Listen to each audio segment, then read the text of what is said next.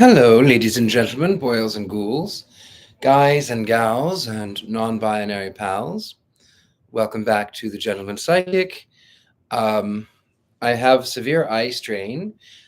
I am going to go ahead and read, but I think this week I am going, as soon as we finish this book, I think I'm going to go on a brief hiatus for story time.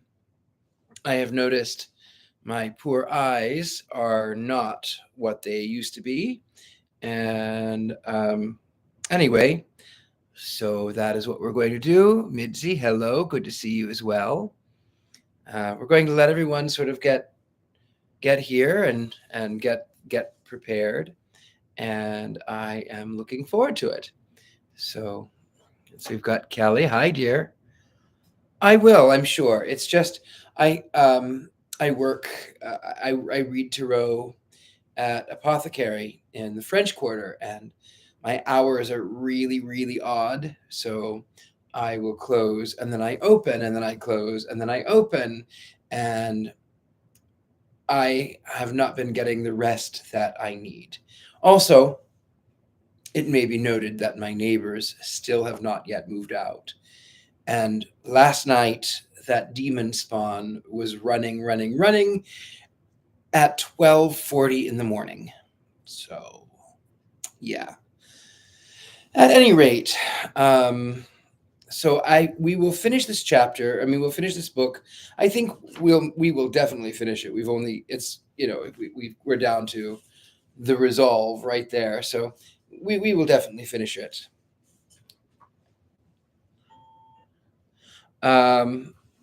Let's see, who do we have here?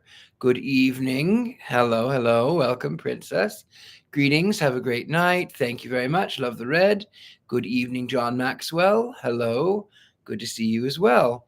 Yes. So I'm sorry it was so chaotic. I was away in Ohio over Christmas, Halloween, and so anyway, that's enough of that. I did want to show you my dear friend made this for me. Donna Kempf made this beautiful wand for me, and they are real gemstones. So I am so proud to display that piece and use it. I'm thrilled. I can't. I'm so ecstatic to have received such a thoughtful gift. Thank you, everyone. Okay, well, tonight will not be a long one. I don't even remember where we were in the last bit, but like I said, we will finish it here because it's right at the end. So that is what we're going to do. And without further ado, ladies and gentlemen, boils and ghouls, guys and gals, and non-binary pals, rocket to the morgue. The last day. Saturday, November the 8th. Early the next morning, Marshall was at the rooming house on West Adams, which had been the abode of William Runcible. Runcible, it seemed obvious, was a sideline, but as a corpse, inevitably an important one. They knew nothing about this accidental victim. Marshall reflected, not even how he made his living. And the lieutenant's orderly mind rebelled against such a lack of knowledge of the focal individual in a murder case. The landlady looked paler than a woman of her build had any right to be. She held the morning paper clenched in a hand that shook slightly. Marshall identified himself, and she gasped. About Mr. Runcible? I saw it in here, she added hastily, brandishing the paper. Terrible thing, said Marshall gravely. I wanted to ask a few questions about him and see his room. I'll be glad to tell you anything I can, officer. All right. How long had he been here with you? Almost 6 months. And you know where he came from? No, he never said anything about that. He wasn't much of one to talk about himself. Know anything about any of his family? No, not a thing, officer. Where did he work? At the Safeway down the street. He was a grocery clerk there. A good tenant?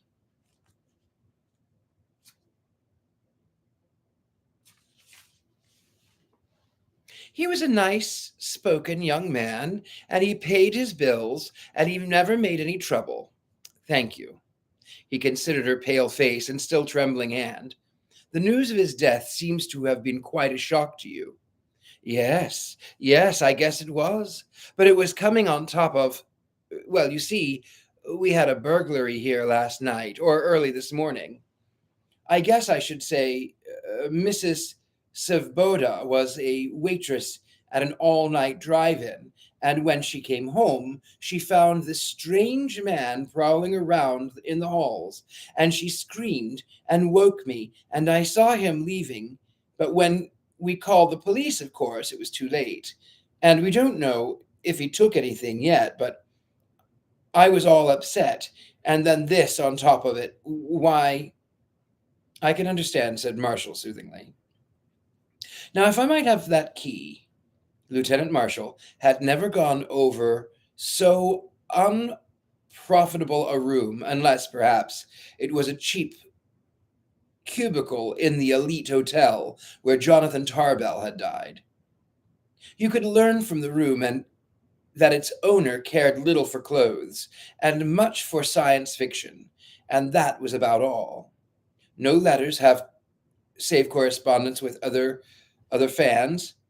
Marshall automatically abstracted a couple of the least impersonal, no private papers, no notepads or address books, but infinite numbers of pulp paper science fiction magazines and those curious mimeographed fan bulletins that are known by the portmanteau name of fanzines. A complete set of Fowler folks, almost as reverently bound as Hillary's a goodly lot of Shiel and Stapleton. Nothing personal, nothing at all. One curious item, a picture hook with no picture hanging from it, and a blank space on the wall over the folks' collection. But this might be a relic from some earlier tenancy. Nothing. Marshall was about to leave the room in disgust when his sharp eye caught a glint of white in the corner. He went over and investigated. There was a crack in the floorboards, just beyond the wastepaper basket. This would be a note hurled at the basket, overshooting its target, and later trodden into the crack. Marshall unfolded the paper and read. He, or was it H, says maybe. Keep hoping keyed JT. JT. No, that would be too much. Too pretty to be true. But now he suddenly remembered that Matt had mentioned meeting Tarbell at Carter's.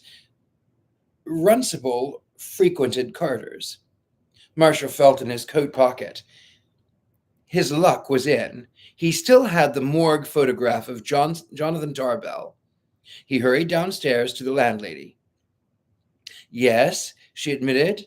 He used to come to see Mr. Runcible right often. But he hasn't been around for a week or so. But what is this?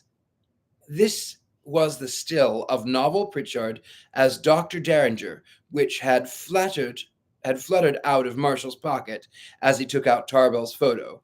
Why, goodness me, she gasped. That's our burglar. In the quiet and sunny patio of the Sisters of Martha, of Bethany, Concha Duncan struck a discordant note. She still wore the gay and flaunting scarlet gown which she had put on for her rocket party, and looked even more sorely out of place here than she had on the bus coming out. But there was nothing gay and flaunting about her voice. You've got to help us, sister. You simply have got to. If anything happens to Matt, we haven't been married.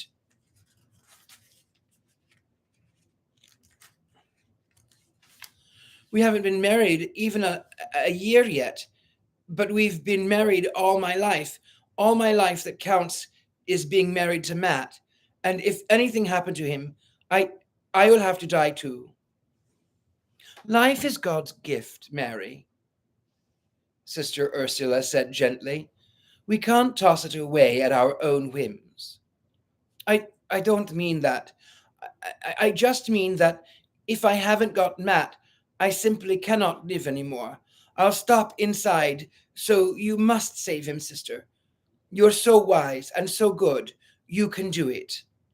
Lieutenant Marshall is an admirable man, since Matt is innocent and I cannot entertain the slightest doubt that he is. The lieutenant will surely establish that fact in a short order. But he's not his case, don't you see? It's that dreadful sergeant from Pasadena. The lieutenant can't do a thing. He hasn't any official standing. And you think that I, with even less standing, could succeed if he fails? The previous attempts on Mr. Falk's life are still in Lieutenant Marshall's domain. If he finds the man who is guilty of those, Sergeant Kello's case can never be made to stand up so long as he insists that Runcible was killed in error for Mr. Falk's. Then you won't do anything? I can't do anything. There's no need for me. All right. Concha rose, smoothing her skirt.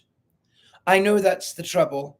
I've heard you talk to the lieutenant like this. You're worrying about spiritual pride. You're worrying about the temptation of the power over human life. You're worrying about your soul. All right, save your soul and pray for my husband's. She turned to go. Sister Ursula rose and stood terribly stiff. One hand clutched the crucifix of her rosary, and her lips moved soundlessly. Mary, she said at last.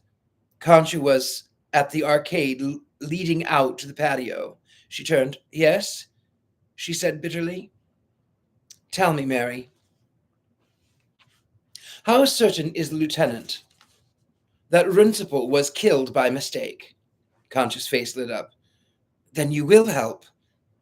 If asking questions will help for a start, come back here and sit down with me on the bench. Now, is he positive of that mistake?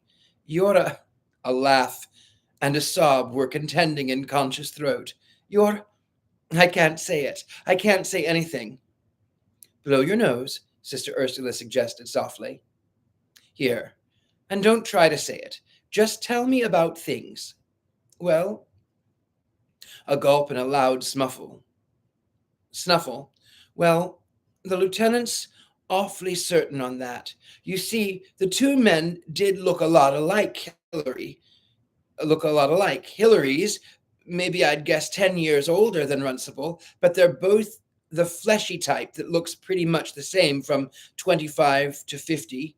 And they both had on similar gray suits that night. Of course, Hillary's must have a coat about 3 times as much as Runcible's, but at night, the lieutenant says it was funny when he saw them together with the green girl. It looked as though she had the same man on each side of her. Sister Ursula's eyes revealed a slight gleam. The two of them together? Runcible and Mr. Falk's? When was this? It was just before the rocket test. The lieutenant was keeping a close eye on Hillary, of course. Hillary had raised a fuss and said he couldn't go lugging bodyguards around to parties.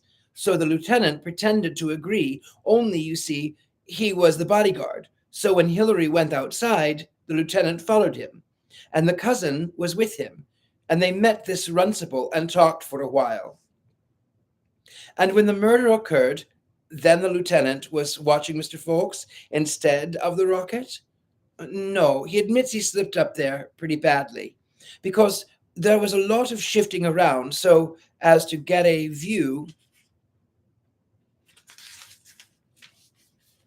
better view of the pit, and he lost sight of Hillary just for a minute. But it wouldn't have made any difference anyway, because it wasn't Hillary that got killed, it was Runcible. And we've got to find out who did it, and now you will help us, won't you? Sister Ursula rose, smoothing down her robes. Please ask Lieutenant Marshall to come to see me as soon as he can. And in the meantime, where are you to meet Matt when he is released on bail? At the lawyer's office. I couldn't stand going over to Pasadena and seeing where... where they keep him. I want to see him free and try to think he's always going to be that way. And besides, I wanted to come out here. Why don't you phone your lawyer's office and leave word for Matt to come here to meet you? If you wait downtown, you'll simply worry more, and I'm sure he won't want you to be all frowning and tear-stained when you meet him. Stay here in the good sun, or make a visit to the chapel. Ask our Lord and his blessed mother to help you. For if I do succeed in freeing your husband, Mary, it will only be through her intercession and his grace. Concha nodded. I will. It helps. Prayer does. Even when it doesn't help from the outside, it helps inside you. And you've helped me, Mary. You've shown me that my fear of pride was in itself a very special kind of pride. The soul saved at the expense of a brother's life can hardly be cause for great rejoicing in heaven. But look, you said stay here. Where are you going? Sister Ursula smiled.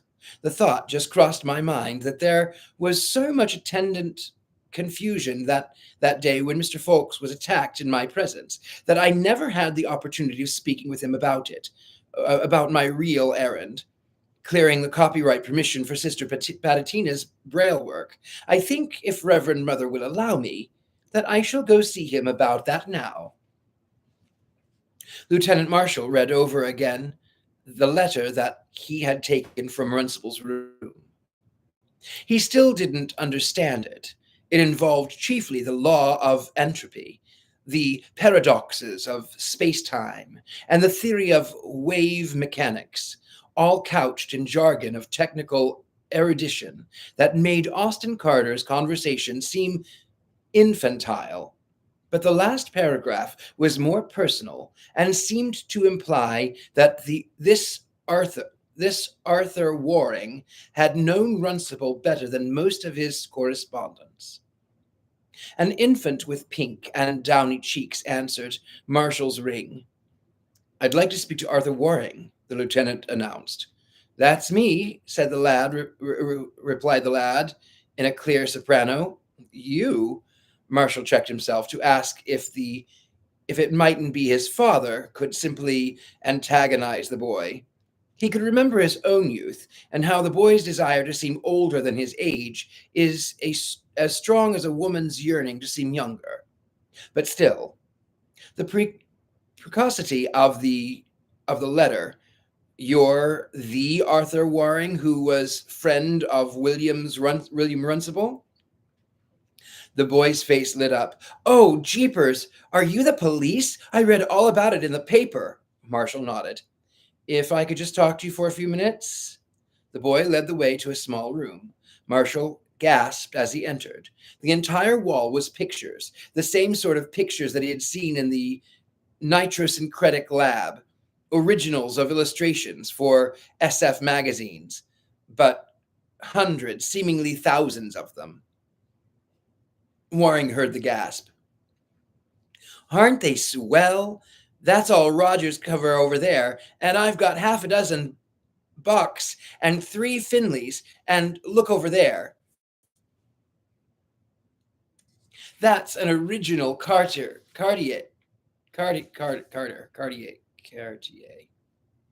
It's an original Cartier, and did that take some getting? When I'm illustrating for the mags, I'm going to do like Rogers and just rent my originals, and then I can be nice to the fans. You're an artist yourself? Well, sort of. Only when you live on the West Coast, you can't get a chance to do any commercial illustrating. But when I finish college, I'm going back to New York, and only you wanted to ask me questions, didn't you?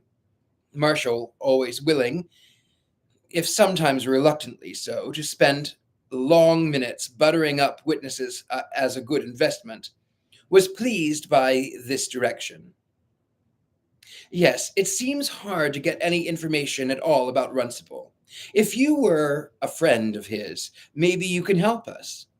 Well, I don't know if I was awfully much of a friend of his. Of course, we both belong to the Californications, that's the fan club, and sometimes we'd swap mags, or mostly he'd borrow mine because I had more.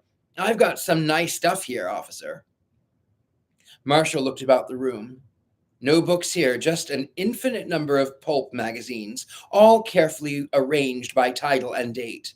Apparently, almost complete files of half a dozen different publications and assorted samples of others. I've got them all indexed, too, Waring went on. I made a complex index of all of the best magazines from their start, and I mimeographed it. Would you like to see a copy? Only you wanted me to tell you about Runcible, but what about him? Well, for instance, did he have any family? We ought to notify them if he had, but any I couldn't find any hint in his room. I don't think he had. He was a lot older. Most of us. He must have been, oh, almost 30. I guess his folks were dead. He never talked about them. He never really talked much about anything except science fiction. And he was nuts about Fowler folks. He had a big, framed, autographed picture of him in his room. He used to talk about it like it was God or something. There was a note of scorn in the high young voice. You don't like folks? Nah, he's a classic. I'm going to do an article for one of the fan mags debunking the classics. Who cares about folks or Poe or Verne?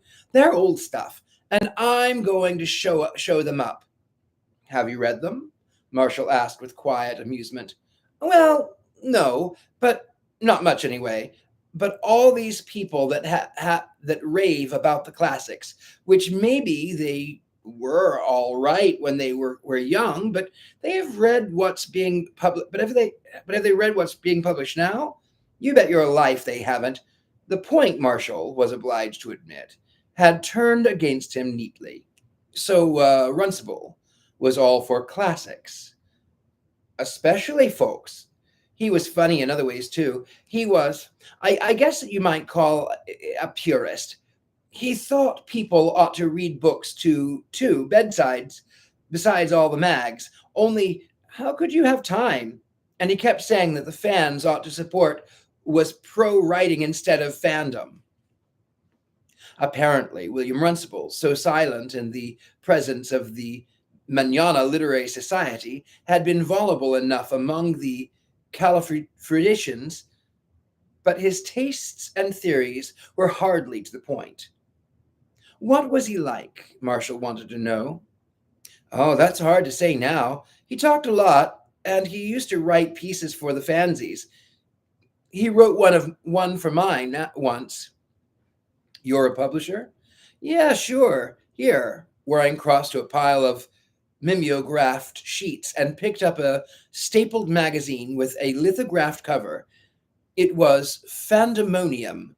Take one, only about Runcible. Somehow nobody ever got to know him very well.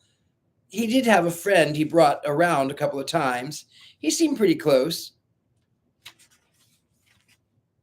Maybe you'd better try him. Only I don't remember his name. Resignedly, Marshall brought out the picture of Tarbell. Waring nodded eagerly. That's the Joe. Couldn't tell anything. Not a thing, said Marshall truthfully. I think they were working on something together. They seemed thick as thieves. Maybe they were collaborating. Bill, that's Runcible, always said he wanted to write sometime because it was in the family. Only when he was doing the arm trick, this man said, maybe that'll help too. And how could he do do it with writing? The arm trick? That was something Bill used to do at parties. It was a good trick, only nobody else could ever do it. It looked awful, like something out of a horror story illustrated by Cartier. He'd put his arm all around his neck and reach back to the ear and the same time on the same side as the arm, as you see what I mean. And then he'd put both arms around his neck and clasp them under his chin. Wait a minute. I got a picture. I drew of it someplace. Marshall shuddered involuntarily as he looked at the pen and ink sketch. Not that it was so bad at that. It was, in fact, a surprisingly good piece of art, but It depicted a horrible apparition. It looked eerily like a severed head being borne by two unattached arms. John the Baptist displayed by bodiless Salome.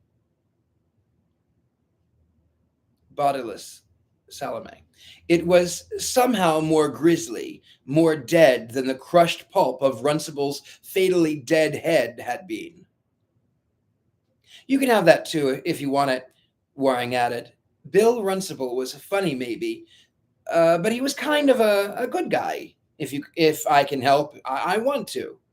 Thanks. Marshall failed to see how the macabre head could help, but it would be an unusually picturesque illustration for a dossier. Anything else you can think of about Runcible? For instance, did he spend more money than he'd plausibly make at the grocery clerk as a grocery clerk? No. The only thing he spent much on was books, and he used to say he liked his job fine, only I don't see why. But then he was expecting to be drafted pretty soon anyways. You don't, Marshall started to say, then stopped and stared at the boy. Mr. Waring, he said gravely, you have helped me immeasurably, and I, sir, am an idiot. 4. Look at you, Veronica Folk's throaty voice was scornful. One thing, at least, you spared me all these years. You've never been a drinking man. If you knew all I've gone through with Vance and how terribly trying it is for a woman of my...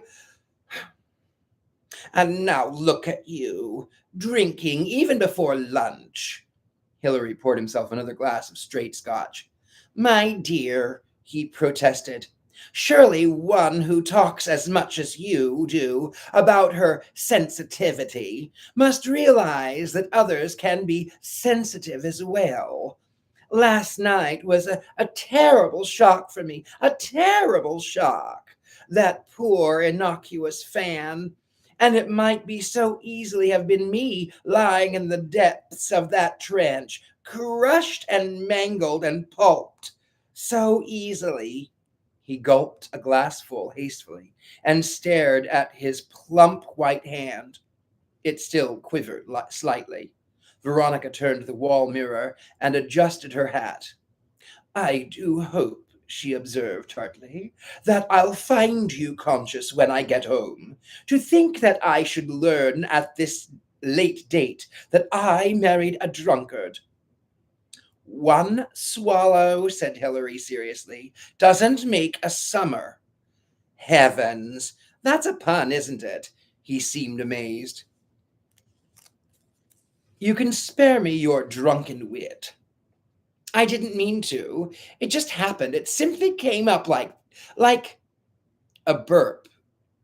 Posthumously ended his quest for a simile. Like that, but seriously, Veronica, you can't call this a habit. After all, it's not every day that one has just escaped a murder. Well, it almost seems to be that way with you. Those other attempts, I can't explain it, but they didn't seem quite real. Even when I was stabbed, after all, nothing serious actually happened. It wasn't possible to realize fully that I had escaped. Not possible. But this time, when all I could see that poor little devil and have before my eyes what should have been, I can't explain it, but oh, please. You might at least wait till I leave before you go on poisoning yourself. Hilary set it aside his freshly poured glass. And what is this luncheon engagement? I told you last night. But then you never hear a word I say anyway. I'm afraid last night I may have been a trifle preoccupied, my dear. Just a trifle. It's with the Henderson boy, you know. He's really never appreciates that what a relief that after that cold blank wall of indifference that I meet in my own house. Hilary sighed and reached out for his glass. Goodbye, my dear, goodbye. You you don't mind? Veronica asked hopefully. Why should I? Why on earth should I? She shrugged. Some husbands might be jealous, a little. A husband that was half a man himself. Hilary. Yes, my dear? You don't like me at all any more, do you? Her voice was once simple and direct. No, my dear. So, said Veronica, that's that. Her voice cheerfully. Now, I must simply fly. I'm late as it is, and Veronica. Yes? Have you ever liked me? I I I do have to hurry now. Oh, Hilary, I have you? I've tried. Honestly, I've tried. How typical of you, my dear. Hilary's voice was flat. You always try. You tried music once, remember? And painting, self expression. You tried religion. You tried lovers. Oh, yes, I know. But whatever you try turns out to be too hard, and you stop trying. You stop. You always try, and you never do. You. Hilary's voice stopped for a moment. He stared in silence at his wife. Goodbye, she said hesitantly. Always trying and never succeeding, he repeated slowly. And I'm still alive. Without another word, Veronica Fawkes snatched up her bag and left. Hilary laughed once, harshly. Then the room was still. For 5 minutes he sat there motionless, sometimes his eyes fixed speculatively on the study within which he had been so mysteriously wounded. Sometimes they glazed as though focused on a distant and invisible object, such as a rocket trench in Pasadena. Finally, he bestirred himself sufficiently to pour another whiskey, and as he did, the doorbell rang. In a moment, the maid ushered in two nuns. Hilary set the glass aside and reluctantly rose to his feet. Yes? He asked, wavering, almost imperceptibly. The younger of the two, as best one could judge, ages beneath the agelessness of religious habit, said, We met briefly, Mr. Fawkes, on the day you were mysteriously attacked. Just a murmured introduction in passing, and I can hardly blame you if later events drove it from your mind. I am Sister Mary Ursula, and this is Sister Mary Felicitas, of the Order of Martha of Bethany. Hilary made a polite acknowledgement and indicated chairs. The small old eyes of Sister Felicitas seemed to close to the instant she was seated. Seemed to close the instant she was seated. Indeed, I do recall you now, sister, indeed. The police lieutenant mentioned you as one of the witnesses who proved that apparent impossibility of what happened in there. May I congratulate you on your escape? You seem to have singularly efficient guardian angel, and you are further fortunate in having Lieutenant Marshall on the case. Indeed, I am. A most able officer, most able indeed. I did not refer simply to his ability. I can imagine how many of the police would be sarcastically scornful of such an impossible situation. But since the lieutenant had such an experience once before, he must be far more receptive. Hilary smiled. I had hardly thought that a woman of your order would have such an acquaintance with a murderer, or with the police ways of thinking. My father was a policeman, and a good one. And I was planning to be a policewoman myself when my health broke down and I was forced to change my plans. Hilary was politely sympathetic, but fidgety. He expressed due pleasure at the news of Sister Ursula's health, for the past dozen years had been inviolable, and due appreciation of the fact that she had nonetheless never regretted the change of vocation. He accepted her further congratulations on his happy escape of the night before, but at last he said with a trace of impatience, "But, sister, I'm sure that you did not come here to discuss my fortunate avoidance with the Black Angel." "No, indeed. When I met you here before, I had come on business, and I fear that I am persistent." "A business? Business? But do go on." "You have possibly heard that little from your wife concerning the purposes and activities of our order." Hilary's manner visibly froze. "If you are soliciting donations, sister, I think I should explain that the state of the book market in these uncertain times is far too perilous to leave me in a position where I should feel free to contemplate. Far too perilous," he concluded, leaving the overcomplicated sentence hanging in the air. Sister Ursula smiled. "In a way, I suppose it is donation that I am soliciting, but it will cost you nothing, Mr. Fawkes. I merely wish to ask you to reconsider your refusal of copyright to Sister Patatina, who wished to transcribe some of your father's work into Braille." Hilary looked hurt. "But, my dear sister, I did not refuse her copyright. By all means, I wish the blind to enjoy my father's work. By all means. She may translate those stories whenever she wishes. I simply asked for a conventional reprint fee. But this is voluntary, non-commercial work. The book will be read first by a few of the blind whom we look after. Then it will go to the state library, and from there circulate to all the blind of California, and no one will pay a cent for it. Books circulate freely from public libraries, my dear sister, but the libraries pay the publishers, and thereby indirectly the authors for the books. It is necessary tribute to the literary profession. I owe it to my father's memory to collect what fees I can.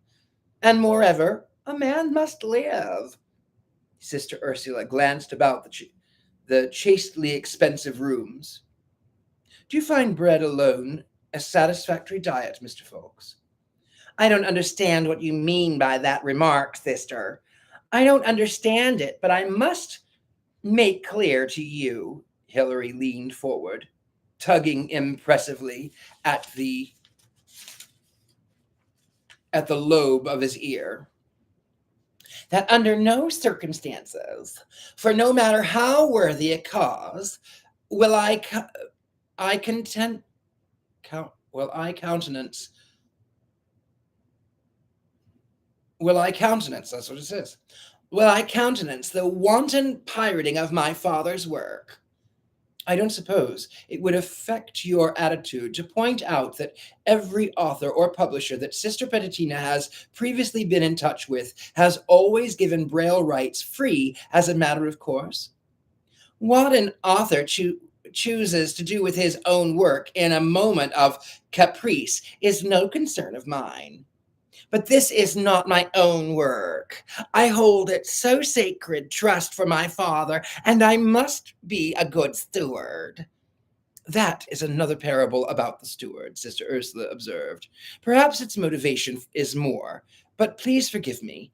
That was uncharitable thought, even perhaps an inaccurate one. Please do not misunderstand me."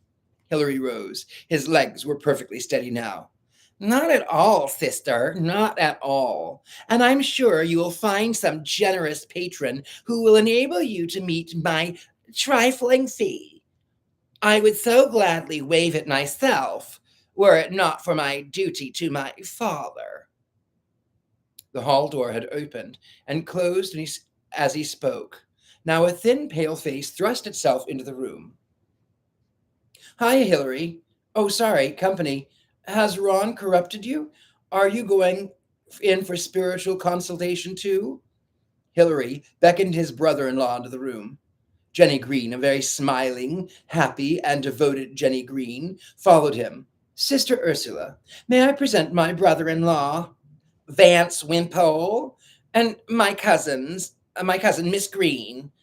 Or did you meet her when I did, but I'm happy to meet you again, and Mr. Wimpole. Glad to meet a nun, sister. Variety. Which, by the way, Wimpole jerked a thumb to the other nun.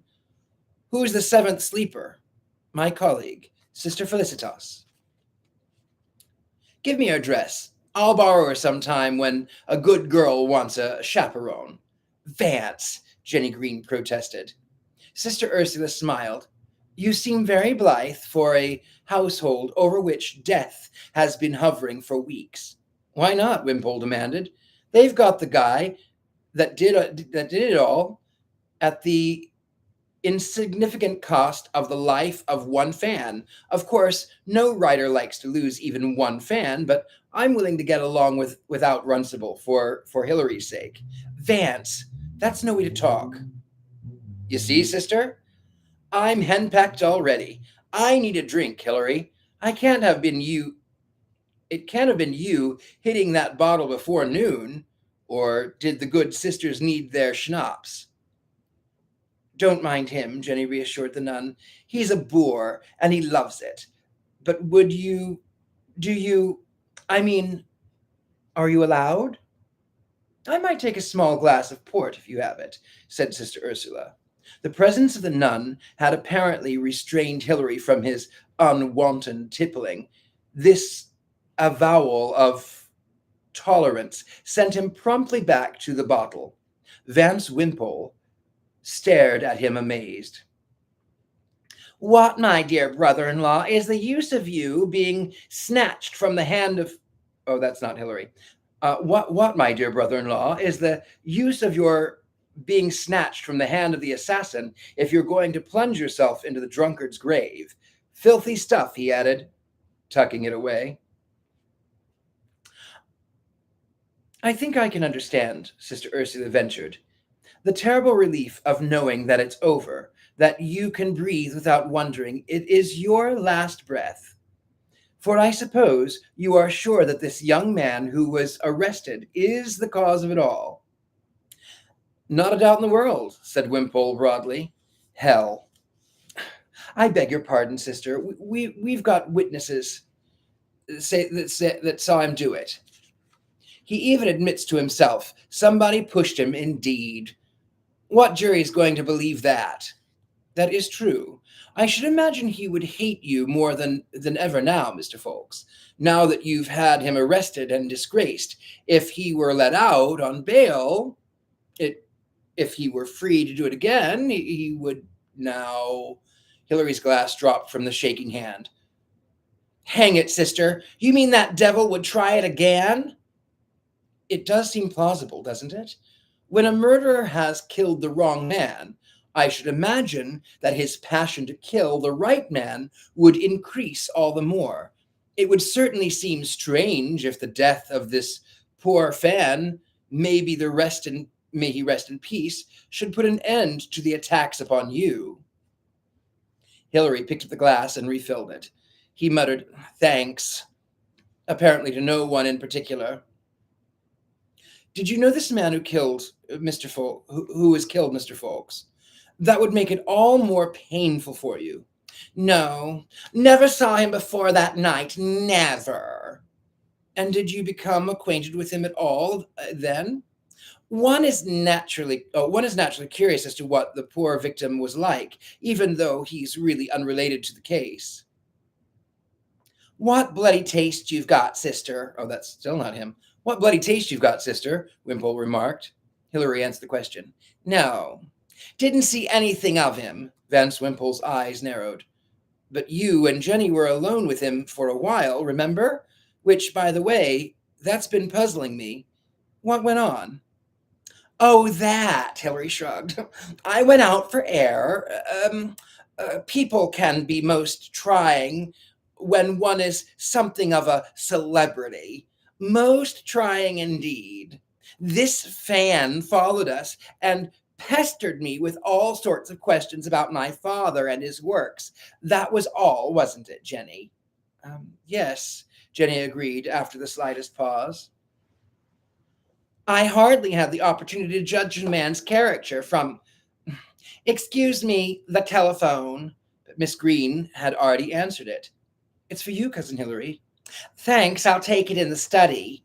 He walked into the other room and shut the door behind him. Jenny Green put the hand to her mouth. Oh, she gasped, not in there, not in that room. That's where. Nuts, said D. Vince Wimple. Duncan is in his cell. Nothing can touch Hilary further. But we still don't know anything could ever have touched him. Maybe you could do it, even from jail. We ought to seal up that room, lock it, and never let anybody. Wimple put his arm around her. Tush, Toots. That's no boogeyman in there. Nothing can happen. But his eyes, like Jenny's and the sister Ursula's, remained fixed on the door. It opened, and Hilary came out intact, but it was a Hilary even more nervous and shaken than before. You know who that call was from? He demanded. It was from him, Duncan. He's out on bail. He wants to come and see me. Says he wants to persuade me to drop the charges, that he's innocent. Innocent, he says, but he wants to come here. He'll kill me, I tell you. He'll kill me. He can go through locked walls and stab you with your own dagger, and his trembling hands could hardly hold the bottle. 5. Lieutenant Marshall had his troubles with the draft board, but Lieutenant, the bald and elderly clerk, kept insisting, we simply cannot allow you to look at an enrollee's statement. These statements are strictly confidential. If we allowed them to be viewed for police purposes, we might as well install a Gestapo and be done with it. Look, Marshall pleaded. The man's dead. I'm trying to catch his murderer. The American Civil Liberties Union isn't going to jump on your back for helping me do that. No, I'm sorry, but rules are rules. You can see for yourself, Lieutenant. I can see, but I cannot see that you're contributing much to the defense of civil rights or the welfare of society or whatever by holding up a man who's trying to prevent more murders. The clerk relented a little. If you told me what specific information you wanted, I might be able to help you. If it's a matter of identification, say, that's it chiefly. But it's hell to ask specific questions. What I want is just a gander at the whole thing to get a picture. There's something nebulously nibbling about in my mind that won't take shape. But what I mostly want to know is, did he have any family? If he did, they can help me. The clerk returned with a filled form and kept it carefully out of range of Marshall's eyes. No family. Father and mother died, and no claim of dependents. What else do you need to know? Could you, Marshall groped, could you tell me when and where he was born? August 5th, 1915, here in Los Angeles. Handy. That can be checked. And what'll it prove when I've checked it? All right. One important thing. If this isn't too much of the confidential anti-Gestapo side, what does it say under the question about, have you ever been known to by any other name? He smiled as he wondered what Austin Carter's draft board had made of the collection of names. Probably called in the FBI. The clerk frowned. I'm not sure that if that is information I could rightly give out, but as it happens, there isn't anything. Funny, looks as though he'd started to write something and changed his mind. Probably was filling in an answer in the wrong line. They will do that. So Marshall leaned forward. Could I see that? This is a squiggle, just that. Just that, all by itself. The clerk sighed. Very well. He placed the blotters over the sheet so that nothing was visible but the one line, then laid it in front of Lieutenant, and it looks like a capital J. Marshall stared at it. Thanks, he said at last. You've been a help. I'll try to return the favor one day. I wish you were a traffic officer then. I'm not expecting to commit a murder. Cheer up, said Marshall. You never can tell. The nebulous nibbling was stronger now. It was a crazy idea, too wild to mention, yet to anyone on the force, too wild probably even for Leona's taste. Sister Ursula was the only person who could think of who wouldn't hoot impolitely at the notion. He took out the delayed telegram from Chicago, which had so perplexed him when he received it an hour ago, and reread it. It began to make sense now. It fitted so with this other, and if he could only get any direct proof. His first stop was the public library. Flipped through the card catalog, read the entries under Folks, Fowler, Harvey, 1871 to 1930, jotted down 2 call numbers, and went into the history and bibliography department. First, he asked for Who's What for 1928 to 1929. He read the entry there and nodded. Confirmation was nowise complete, but the idea was that at least not disapproved. He then settled down to a hasty leafing through 2 large books. The crazy notion looked better than ever. His next stop was at the Bureau of Vital Statistics. When he emerged a half hour later, he was beaming as brightly as he had after the birth of his son. 6.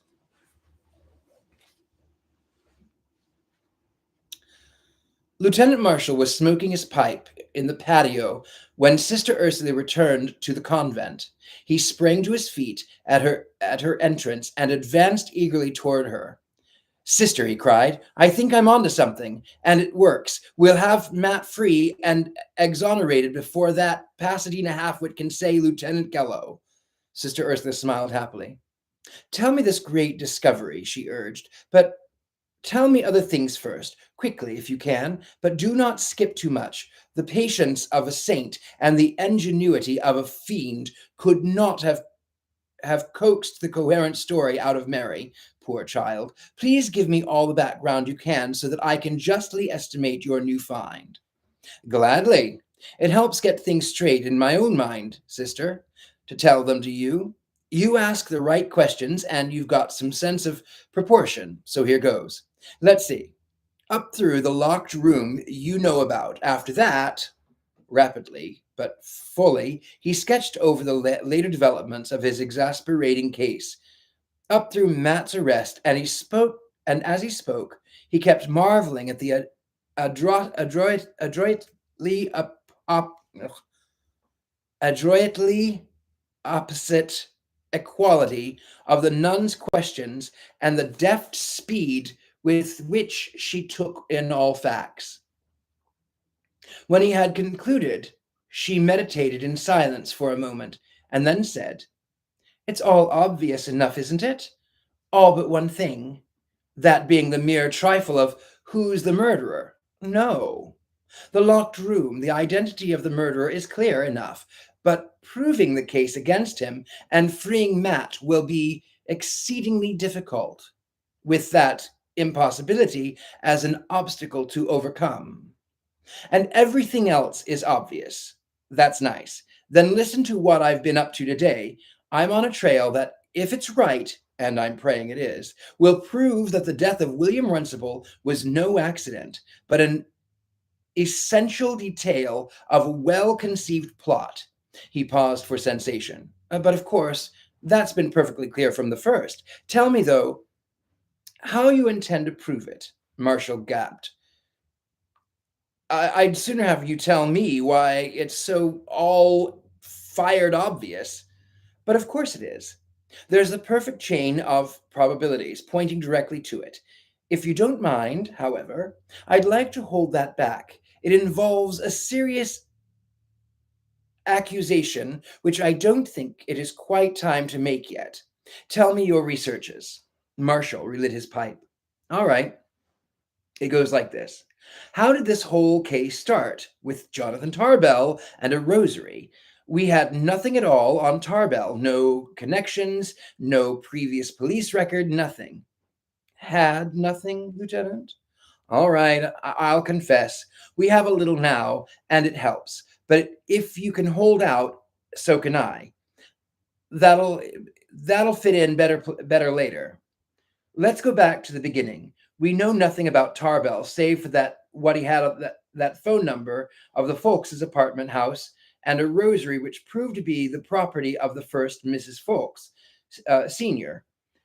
Now, if his death was an irrelevant subplot, totally unconnected with the attacks on Hillary, then the caprices of fate are becoming uncommonly outrageous. It's where we start from, and it has to fit in. I agree, Lieutenant. I'll go further and say that if you had not investigated the death of Tarbell, there never would have been a locked room. For for the moment, I'm not sure I follow that one. But to go on, Tarbell ties into another point too. Matt Duncan once met him at Carter's, probably with Runcible. A further checkup on Runcible's landlady had a fan friend of his shows that Tarbell was his most frequent and intimate companion. This pulls Runcible right into the middle of the case. As to the protagonist, no innocent bystander. If Tarbell is connected with Hillary and Runcible is closely connected with Tarbell, then no matter what all the folkses swear, there is a tie-up someplace. I agree. All right. So next, I try to find out something about the Runcible. Who he is, where he comes from, what he does. The last is easy. He's a grocery clerk. The others are practically impossible. Nobody knows a thing about him, except that he pays his bills regularly and is a purist in his taste in fantasy. He lists no close relatives of the draft board, but he does start to fill in the space about having gone under other names, and then changes his mind. Now, getting confidential information out in the draft board is hell. Ask me, I am an authority. But the draft fee mightn't realize that. If it was at the moment exceedingly important to conceal his other name, true or false, if he was engaged on some enterprise that meant keeping that name secret, he might risk charges of falsifying his statement rather than make that information available. True, Lieutenant. Could you make anything out of what he started to write? Marshall drew out his notebook, found a blank page, and sketched the squiggle of William Runcible. It looks like a little J, Sister Ursula mused. Or it could be, yes, I think it's the start of the capital F. It is, I'm sure of that, and doubly sure because for once our murderer slipped. He went too far. Somebody had been in Runcible's room before I got there. It was unbelievably cleared of all personal papers, save for an overlooked note signed J.T. I'll come back to this contents later. It was the moments it indicates just one more tie-in with Tarbell. No man could have lived in such an impersonable atmosphere. And last night, the landlady saw a burglar who was wearing the good old familiar Dr. Derringer getup. Curious, said Sister Ursula, how that costume runs through this case. It's simply macabre humor, or there's some psychological compulsion driving the murderer to use it. I don't know. With Carter, it could be a gag, but he's out now with Veronica Folks. It could be psychological, but could a woman get away with it? Which, by the way, as Wimpole would say, that was smart work of yours and at the elite sister, at the elite sister. I thought that dialogue used once might prove to be a habit, and now this burglar, you think the murderer, searched Runcible's room. He got the fuss. He got the he got there fustest, said Marshall sadly. He did his best to destroy all evidence of Runcible, who Runcible was, but in a way he helped me. As I said, he went too far. He removed a picture from the wall. Now I learned later from a fan, Waring, that there was no secret about this picture. It was an autographed photo of Fowler folks, a naturally treasured possession for any fantasy fan. If the picture had been left in place, I wouldn't have been given it another look. But it was missing, and it could only be missing because the murderer thought it was not part of a fan's collection, but an element in the evidence which he was destroying. Therefore, that evidence concerned Fowler folks. Excellent, said Sister Ursula admiringly. Lieutenant, why should you waste your time submitting such notable work for me for criticism? Largely, Marshall admitted, because it's coming out better now. It wasn't nearly this clear and logical in my mind when I started. So now, how did that evidence concern Fowler folks? I had an inkling, and I looked up the folks' biography in Who's What, and there it's been, staring at me in the face all this time. Hillary has built himself up in the public eye as the son of Fowler folks. We know that he's the son of second marriage, but we automatically think of the first marriage as childless. I imagine it's because Hillary creates such touching picture of the relationship between he and his father that you can imagine Fowler folks leaning out from Abraham's bosom and proclaiming, "This is my only begotten son, in whom I am well pleased."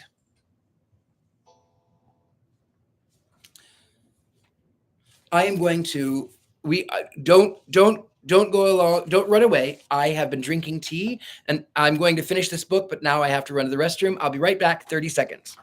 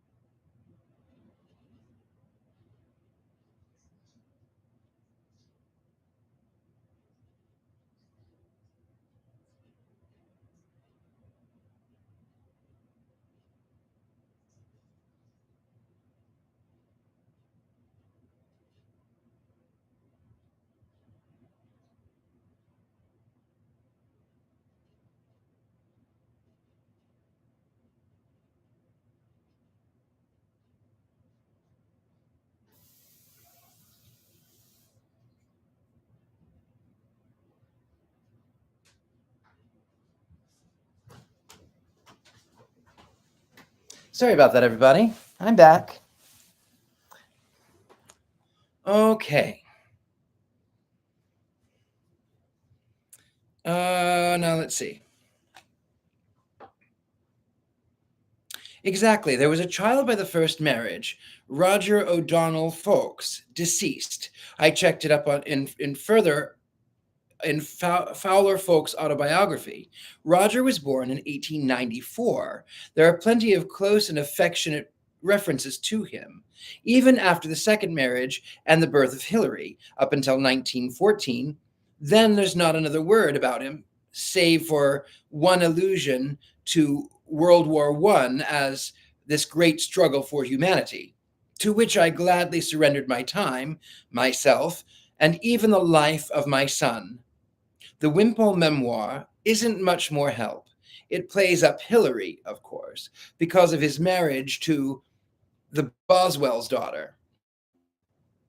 but it hardly mentions Roger. There is one cryptic mention of that deep sorrow of Fowler's life, which death did not heal. What does all of this add up to? A serious quarrel, which estranged father and son and drove the son off to die in battle. And what would be apt to provoke such a quarrel at 20? Can you think of anything more likely than an ill considered marriage with the Honorable Patricia St. John as stepmother, doubtless having her say as to the girl's unsuitability? Standard formula: cut off with a shilling, beyond doubt, and all of the rest of it. And so off to volunteer in the Allied forces to win death or glory on the battlefield, dashing off in his metaphorical white charger without waiting to discover that his poor wife was pregnant? Sister Ursula nodded. Then you think that your Runciple is the son of this ill-considered marriage of Roger Ffoulkes? I'm certain. I figured that I figured it this way. He may lie to the draft board about his name, but only professionally adept deceiver makes up a false birthplace and birth date. 9 chances out of 10, that much is correct. So I checked August 5th, 1915 in our records here. No Runciple. But William Fowler Ffoulkes, 8 pounds 10 ounces, Father Roger O'Donnell Ffoulkes, Mother Eleanor Runciple Ffoulkes. It's easy to see that must have happened. Pressure brought to bear by the family, relinquish her claims and resume her maiden name in return for a lump sum. Now, you know Hilary's family pride. Look how he has taken care of that distant English cousin and of folks working in the grocery store.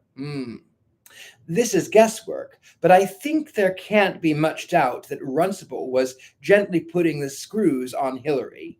It can't have been strong pressure because he'd have no claim on the estate from the disinherited father. Just a sort of moral suasion and appeal to pride. And that's where Tarbell comes in. But how? Marshall took out the telegram from Chicago and handed it over to Sister Ursula to read. Regret, delay, files, mislaid prints, marked Tarbell, correspond Herman, Jarrett held suspicion, extortion, Waringhausen, case released, insufficient evidence. Do you remember the Waringhausen case? He asked. One of those missing heir affairs, wasn't it? A meatpacking fortune and a son that supposed to have been drowned at sea years ago, and a claimant who was said to be that son. The Tichborne case repeating itself, right. And this Jarrett was a backer of that claimant's, which would seem to indicate that he specialized in finding heirs. They weren't able to prove fraud on him in the other case, and I doubt if there was fraud there. The pickings wouldn't be rewarding enough to justify it, but Tarbell Jarrett hasn't been doing so well to judge from where he was living, and the doubtless wanted to keep his hand in. The note signed J.T., and I found in Runciple's room corroborates this. It reads, he says maybe keep hoping he'd, or possibly that he might be H. period. That indicates Hilary was nibbling and indicates, too, that they must have been able to present something of a case. What sort of evidence they had, we can't fully know. Most of it has probably been destroyed by now, but we do know that Runciple had his grandmother's rosary, which Tarbell was using as evidence. He had his marked physical resemblance to Hilary and to old Fowler himself. And he had that arm trick. What on earth is that? Marshall explained and showed Waring's sketch. Wimpole mentions it in the memoir. It was apparently the one good light's parlor trick in Fowler Ffoulkes' dogmatic and dominant personality, which is what Tarbell meant by saying it might be useful. They are amazing facts that you have uncovered, Lieutenant, but what sort of pattern do you make out of these? Marshall paused before replying. I've been looking at all the works of that of Charles Fort and Austin Carter, and Matt loved to quote, "It seems that a few years after the famous disappearance of Ambrose Bierce, here was another disappearance, that of one of Ambrose Small. Mr. Fort suggests that I honestly think only half in jest, that somebody was collecting Ambroses. Well, in this case, somebody's been collecting Folks's. Then why Tarbell? Because only he knew that Runcible was a Folks. Don't you see? If Runcible's death seems a mistake, then the whole plot appears aimed at Hillary. Your whole question of motivation is in another light. Anyone whom Hillary has antagonized becomes a candidate, and that's a wide field. But if Runcible's death is deliberate, then the murderer must be a man who profits by the three deaths of Tarbell, Runcible, and Hillary. His motive can be only one thing, and there's only one man who has that motive. And one woman, Sister Ursula reminded him, perhaps even two. Can you see a woman visiting the elite hotel as Dr. Derringer? It's a man, all right, but he has a series of the most impressive alibis, which topple over the touch of a finger. And the locked room? There's still that. God knows there's still that. Other things clear up. The bomb, for instance. I didn't see how anybody in this kind of circle would know about Louis Schlack. But it's evident now that Tarbell must have known and might easily have mentioned the picturesque profession of his neighbor to a visitor with whom he was dealing professionally and who later killed him. But that, Marshall broke off, and his eyes lit up. Yes, Lieutenant. That means the screws weren't on Hillary. Tarbell's visitor, accounting the clerk, was Dr. Derringer. That is the murderer. A shady dealer like Tarbell wouldn't object to a person of some fame and position disguising himself to visit the elite. And that phone number links Tarbell not with Hillary personally, but with the Folks' apartment. Say Tarbell was double-crossing Runcible, selling out for the two people who had the greatest interest in seeing Hillary maintained in status quo. But you said this was not blackmail proper, just a gentle pressure appealing to Hillary's family pride. All right, skip it. It's a sideline. It'll come straight. Everything will come out straight when we break down that devilish locked room, and that's what I most need your help on. Sister, you unlocked a room once. Can't you do it again? If I can clear that up, I can make an arrest today on attempted murder, force Kello to withdraw his charges against Matt, and turn the murderer over to him on the capital charge. But how, in the name of all the swords that all the words should never be shatters the peace of this patio, how was that locked room contrived? Sister Ursula pressed her hands together tightly over the cross of her rosary. I hinted to you before what I thought was the nature of the solution, the invisible man, and a lot that helped, aside from Leona's brilliant theory that it might mean Sister Felicitas. The nun laughed, but the laughter was nervous, strained, far from her usual free and full peal. Sister Felicitas would be delighted by the joke, if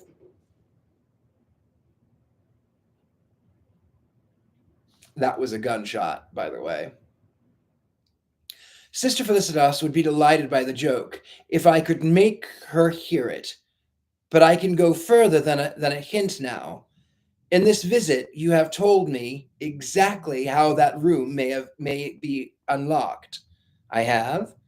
And remember Dr. Derringer's dictum, eliminate the impossible, and when nothing remains, sister, Marshall's voice was harsh. Are we playing games? Don't you realize that there may be a third murder while we... Oh no, there will not be. There cannot be a third murder, because, you see, you have neglected to mention yet another person who would profit from the death of a folks. Marshall emptied his pipe and filled it slowly. His expression changed from anger to doubt to amazement. Sister, he said at last, are you implying that? Another nun entered the patio. Lieutenant Marshall, she asked, there's a telephone call for you. Marshall's face was black when he returned. So, he grated, that was Ragland. He's been phoning all over town for me. So there couldn't be another murder? Lieutenant, Sister Ursula's voice trembled a little. That was a bright suggestion of yours, that last, but I think this clears him. And, he added, heedless of the pierce of the patio, it's the same goddamned locked room. 7. Veronica Folk stared at her brother curiously. So it happened at last. She shut behind her the door to the study. Vance Wimpole nodded his pale face. It happened at last. They got Hillary. And that's the same as before? The same as before. The night latch is on the hall door. Jenny here and I have been in this room ever since Hillary entered the study. No one has come or gone. You're very clever, Vance, Veronica said levelly. From one of your demonstrated ability, my dear, that is an impressive compliment. But possibly not quite so clever this time. Before you had impartial witnesses, the two nuns, no one could suspect them. But who will pay attention to the evidence of your financier? And she is the only one who can prove that you did not... Oh, I'm sorry, fiancé. The evidence of your fiancé, and she's the only one who can prove that you did not enter the room. So that's how it's going to be, Ron. I'm slated for the role of the scapegoat this time. Come, that's hardly fair or necessary. You know that you're nothing to fear from my administration of the estate. You'll do better to keep me around. I don't know how you did it before. That was perfect, but this is too brazen, Vance. It's not that I want to turn you over to them, but they'll never believe this story. Marshall will. He's conditioned to locked rooms. That's probably what gave you the idea, isn't it? There was a tight circle drawn around these two as they stood there cold-bloodedly discussing the likelihood of their respective guilt. Vance's gay flamboyance had disappeared, and with it Veronica's rootless strivings for effect. They were naked now. The others with them, the brothers, Jenny Green and the sisters' newly acquired Joe Henderson, were silent and helpless and 1,000 miles away. I wouldn't persist in that notion, Vance. I wouldn't mention it to Marshall, or I might be moved to make some relevance to airplane travel. D. Vance Wimpole shrugged and reached for a bottle. When he had finished pouring 2 drinks, he was smiling. Does it matter, Ron? Isn't that the main thing, that Hillary is dead now? You're a free woman, and I am the administrator of the Folks estate. If you care to pretend that you think me guilty of his death, well, good. It harms no one. They can never pin this crime on either of us. Come on, drink with me. Veronica nodded silently and accepted a glass. They drank together. Jenny Green shuddered. I've never seen them like this before, she murmured. They aren't human. Joe Henderson blinked. I know, He groped for words and found them in the language in which he was truly articulate. It's like watching something extraterrestrial, extragalactic even, across cold reaches of interstellar space. And now, said Veronica Wimpole, Vance Wimpole, now that's settled for the police. He looked up the number and dialed. Police headquarters, I wish to report a murder, the murder of Hilary Folks. The astonished voice of the desk sergeant crackled in the room. What? It exploded. Again? A total murder this time. Officer, please send your men at once. He added the address and hung up.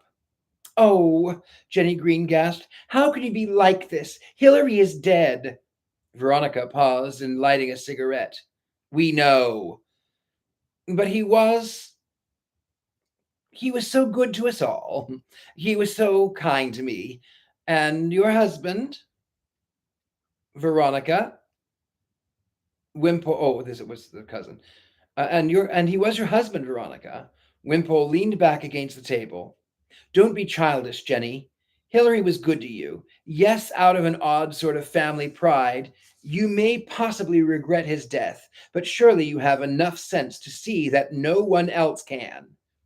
But you might at least have the decency to play the crocodile. There'll be time for that later, with the police and the press. Now there are only you, so much part of the family, and Joe, who probably sees all, possibly knows all, and certainly tells nothing prior to 2500 AD. We cannot afford to waste these moments in tears, idle tears. We need to think to map our campaign. Veronica leaned forward eagerly. How about suicide? Jenny gave a little stifled gasp. Wimpole laughed. No, no, my dear. Ron is not proposing a romantic suicide pact to obliterate our guilt. Hardly. You mean we might suggest that Hilary. How should it go? Say that he killed Runcible and then committed suicide out of remorse? Yes, said Veronica tenaciously.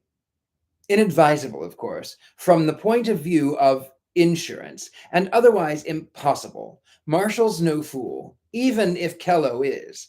He's seen enough of Hilary to know that no crimes on earth, nor any of the conceivable cause, could drive him to take his precious life.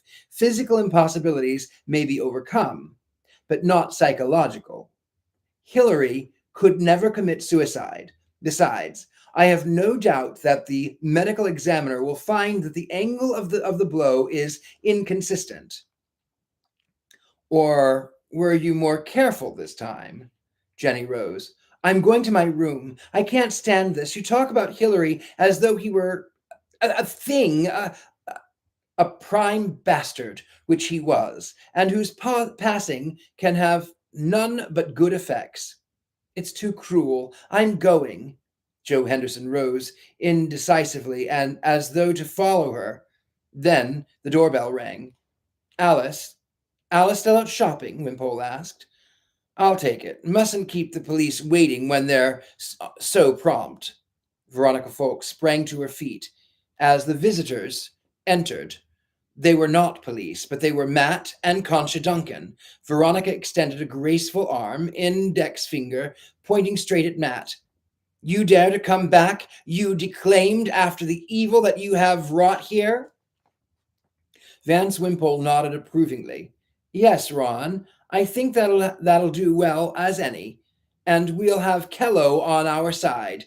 Duncan, my friend, you are electrified. You're Duncan, my friend, you're elected. Number 8. Sister Ursula stood staring at the spot where Hilary's finally dead body had rested. May God forgive me, she murmured. I never dreamt. Marshall paced about the room, glaring bitterly and abusing his pipe with hot and furious puffs. There couldn't possibly be another murder. So you go off and leave Hilary here with his murderer? Yes, she confessed. I did. I left him with his murderer. I wish that I could be a fatalist. I wish that I could shrug it off with a casual, it was written thus, but I know that man operates through his free will, and that whatever end he may serve, he must bear the responsibility of his acts. The same damned business, every detail repeated down to the shirt sleeve. Pity the proud Hilary should die without his beautiful dressing gown. All the same, but the knife. The knife? Sister Ursula sounded distracted. Of course, the token of esteem from Zamander of Kota Guti is in our hands now. This time, the murderer swiped a knife from the kitchen. Good idea, too. Longer blade, more efficient, everything the same, but at least the time we this time we don't have to believe it. The locked room is out, thank God. We can discount the green girl's testimony at once. The nun's attention revived. But no, you can't do that, Lieutenant. Then what becomes of the previous episode here in this same locked room? Does that matter if we got him for the murder? We're willing to waive a charge of attempted murder. I'll admit I would like to have the threads tidily bunched up, but I waited too long to speak, and it was because it was necessary, as I convinced myself, or was it my devilish pride? At least save me from another mistake, and let me save you from yours. You must believe the green girl's testimony, and you must let me show you how you were wrong. Marshall hesitated. I'll admit, I've forced this case on you. I can't pull out without hearing what you've got to say. What do you want me to do? Sister Ursula frowned. Simply this. Please, without any questions, call the surgeon who examined Mr. Fawkes's body and ask him to come out here again. Tell him you need fresh details that would be too hard to explain over the phone. Doc won't like that. It has the same dogmatic young man with the crouch whom we met before? Yes. Please, Lieutenant, bring him out here. Or do you wish to make a Kello of yourself? All right, Marshall shrugged. I'll take the chance. He used the study phone. Just as he was finishing, Sergeant Raglan came in. Hey, Lieutenant, there's a plainclothes boy from Pasadena. Says he got a warrant for one of the guys we're holding out here. Marshall jammed down the mouthpiece noisily. Kello, he snorted, and made peculiarly vicious swear word of the name. It was indeed Sergeant Kello, and looking particularly pleased with himself. Hiya, Marshal. This time I'm in your ballywick. But it happens I've got authority with me. Look at this. Bench warrant charging Matthew Duncan with murder. No more diddling around with manslaughter. We try to keep 'em safe in Pasadena, and your LA lawyers get 'em out to finish the job right under your nose. Soon's I got a word of this, I talked with the magistrate into changing the charge on Runcible case. You can have him when we're through with him. Us and the guy that runs the lethal gas chamber. I don't want him, said Marshall quietly. He didn't kill Fawkes. He didn't kill Runcible either. But if you're set on making a fool of yourself, it's no skin off my nose. Thanks, Terrence. Oh, thanks, Terrence. Matt's voice was reasonably level. I'd hate to see you fighting over me. Vance Wimpole laughed. Marshall's just jealous of your astuteness, Sergeant Kello. Carry off your prize and good luck to you. I'll be glad to see you, my brother-in-law, avenged so promptly. Marshall turned on him. Hell, he'll be avenged. Don't worry about that, but not by Kello. You've got a few questions to answer first. I have, but Lieutenant, I admit that I have been present at a couple of the high points in this orgy of assassination, but the rest of the time I have been merely an off-stage character. So you didn't think you could keep Finn's mouth shut forever, did you? Wouldn't it have been wiser to dispose of him too? Vance? Veronica cried out. I told you that nasty little man couldn't be trusted. I warned you. You idiot, Wimpole snarled at his sister. Can't you see this police dolt was groping in the dark? And now you... Which, by the way, said Marshall mockingly, Your sister's exclamation was no more of a giveaway than your turning on her like that. So Finn has been blackmailing you, and I'll lay odds on the subject matter. He saw you in Los Angeles while you were supposed to be at the ends of the earth. Very pretty, that train stub alibi. Very futile. After the first locked room, you had more than enough time to fly to San Francisco and take that train back. And Mr. Finn is going to stop and think when he weighs the profits of blackmail against the power of the police and the possible perjury charge. D. Vance Wimple poured himself a drink. His self-possession was beginning to return. Lieutenant, I have just realized the motive behind these attacks upon me. You are still vexed because I found your delightful wife so attractive that evening at Chantrell's. Huh? Kello did a show take and finally guffawed. So that's it, Marshal. Out for a little private revenge? Well, pin this one on him if you can. All I want's the Runcible murder, and I got him right here. So long, boys. You won't need these handcuffs, Sergeant, said Matt firmly. So I suppose you'd warn me in advance if I did? No, brother. You're going to wear the pretty bracelet and like it. And take good care of our murderers in Pasadena. Oh, we take good care of our murderers in Pasadena. The sight of the flashing steel was too much for Concha. She had been standing beside Sister Ursula, sobbing dryly and quietly. Now she ran forward and threw her arms around her husband. You can't, she cried. You can't take him away, Sergeant. I won't let you take him away and kill him and be a lieutenant. I'll... Mary, said Matt warningly. He'll kill you. He'll kill you, Matt. He's bad. He doesn't care about truth or anything but his old promotion. And he'll take you and... Break it up, sister, said Sergeant Kello. You can see him tomorrow through bars. Wait, Sergeant, Sister Ursula stepped forward. Please let me speak. And who's this sweetheart? I beg your pardon, sister, but who might you be? Who I am is not important. The lieutenant will tell you later if you care, but I must not let you take this man back to prison. He did not kill William Runcible. Yeah? And I suppose you know who did. Of course, it was Hilary Fawkes. The reaction in the room were predominantly of scornful disbelief. Only Veronica Fawkes sounded receptive. You mean then that Hilary killed himself after? There were loud protests.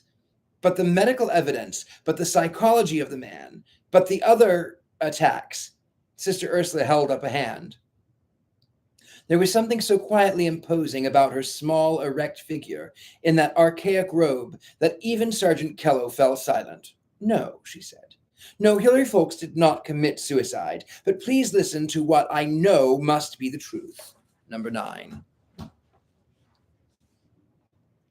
The attacks upon Hilary Fawkes, Sister Ursula began, were suspicious from the first.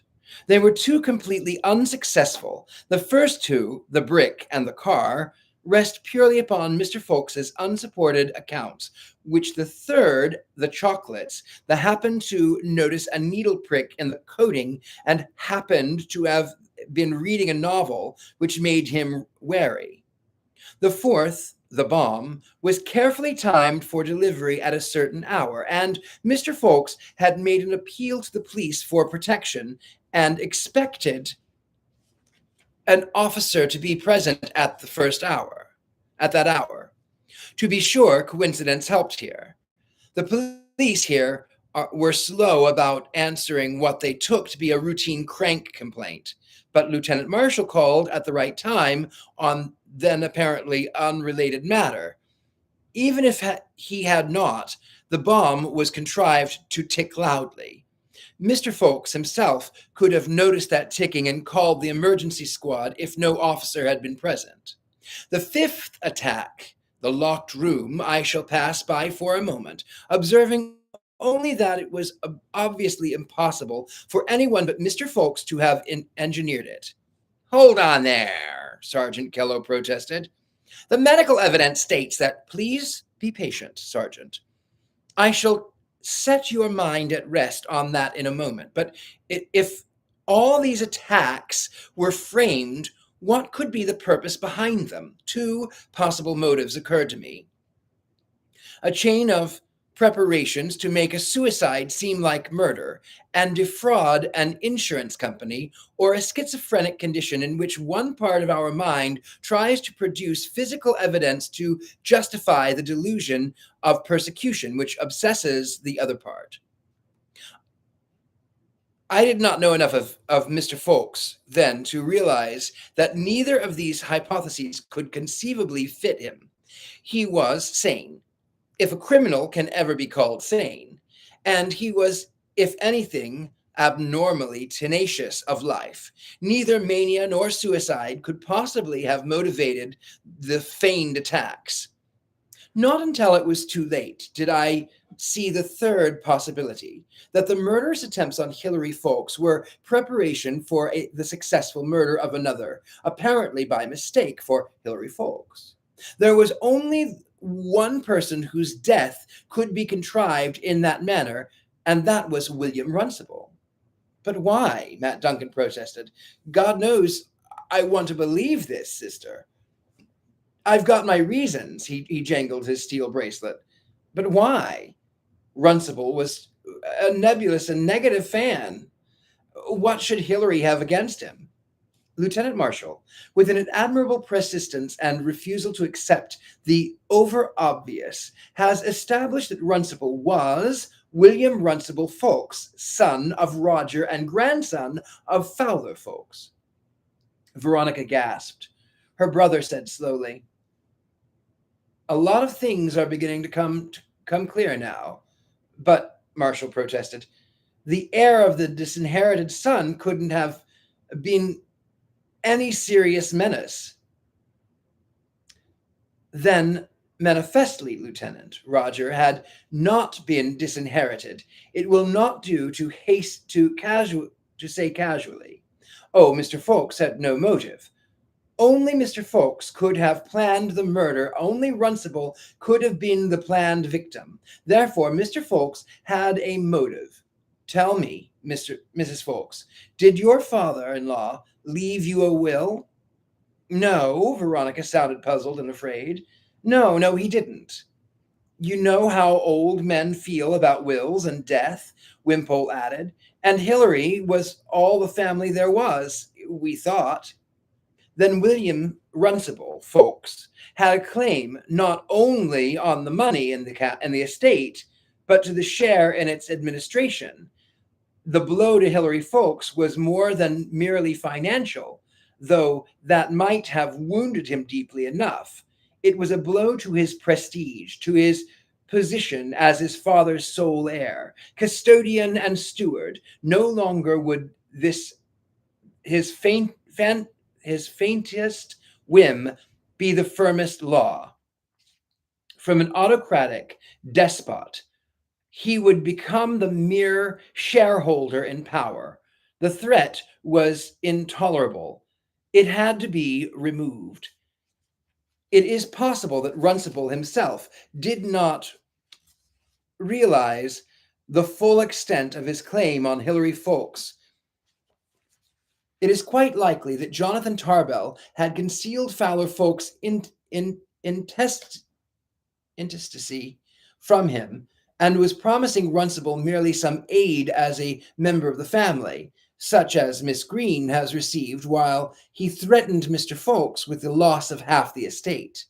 This notion is rendered more plausible by the fact that Runcible was not scared off by Tarbell's death. He did not see that the threat applied to him. If he knew anything of Tarbell's past, or even from what he knew of where the man lived, he might assume that he had been killed for quite other reasons. Mr. Fawkes had strung Tarbell along with hopes, as the note found by the lieutenant indicates, and killed him when his demands became too pressing, but the mistaken identity murder of Runcible had to wait until Mr. Wimpole's arrival. Mr. Folks knew that Runcible, as a fan, moved in circles of what Austin Carter calls the Manana Literary Society. Once Vance Wimpole had arrived, it would be simple to contrive some occasion of being accidentally in such a situation that mistake might seem possible. Chantrell's rocket party was the ideal opportunity, and Mr. Folks took full improvisatory advantage of it. Almost every individual present was likely candidate for the role of intended murderer of Hilary Folks. It was probably only chance, Matthew, that made him pick on you. But tell me, Miss Green, was Hilary Folks's account of the meeting by the shed correct? Jenny Green swallowed hard. I don't know. They did talk about Cousin Hilary's father, but Runcible didn't sound quite like a fan. It did seem somehow more intimate, as though he was trying to show Hilary how much he knew. And once he said, I've lost the rosary, but I still have enough, so you must be right about that. But I still can't believe that Hilary... About that rosary, Miss Green, did you know anything about it? Why, it was odd.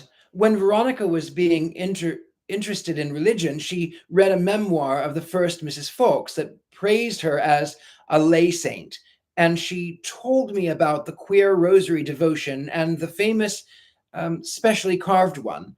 When the lieutenant asked us about the 7-decade rosaries, I started to mention it, but Hilary signaled me to be quiet. Later, I spoke to him about it, and he said he didn't intend to have his name of his father's wife handed about in the Criminius conversation. And that didn't seem peculiar to you? No, said Jenny Green stoutly. It still doesn't. I can't believe any of this. And anyway, Cousin Hilary couldn't have stabbed himself. The doctor said so. Sergeant Ragland had answered the door. Now he said, Here's the doc, Lieutenant. The police surgeon strode in with his habitual swooping stoop. Well, he demanded, what's this fuss, my boy? Sister Ursula spoke. Is it possible, doctor, that on either of this or the former occasion, Mr. Folks could have stabbed himself? Bosh! He snorted dogmatically. Rank physical impossibility. There were puzzled murmurs, half of relief, half of fear. If Hilary did kill him, Veronica Folks began haltingly, mind you, I'm not admitting it, but if he did kill that fan... Your nephew, darling, said Vance Wimpole. She said no more, but the unmasked question was loud in the room. One other point, Sister Ursula went on. May I have that sketch of Runcible, Lieutenant? Thank you. Now, Doctor, would you say from your characteristics you can see here that this man could be close-blooded relative of Hilary Folks? The doctor contemplated the picture and looked annoyed. Hard to say, he snapped. Out of my line, very little known anyway about the exact genetic details of physogeny. Now, if this showed correlation, but in pen and ink, no. Could be, certainly, marked resemblance. Thank you. But he went on, staring at the picture. Ridiculous drawing, he observed testily. Position of those arms, both back around the neck, clasping the chin. Rank physical impossibility. He swept out of the room in a fast crouch, more than ever reminiscent of Groucho Marx. Number 10. So you see, said Sister Ursula quietly. Marshall swore. He looked like a man whose solid earth had turned to quicksand. Remember the dictum of Dr. Derringer, Lieutenant. If nothing remains, some part of the impossible was possible. Such dogmatic statements of physical impossibility apply to normal man. But Hilary's father and his half-nephew were both double-jointed. Both were noted for this trick.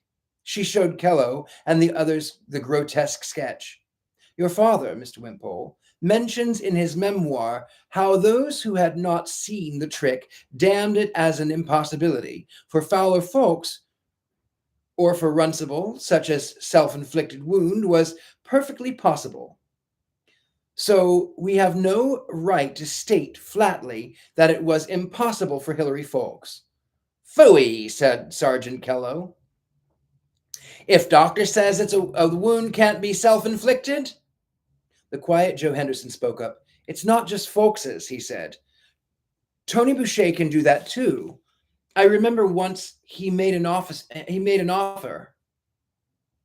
Anybody could bring him a mystery novel where it was proved that death couldn't be suicide because of the direction of the wound.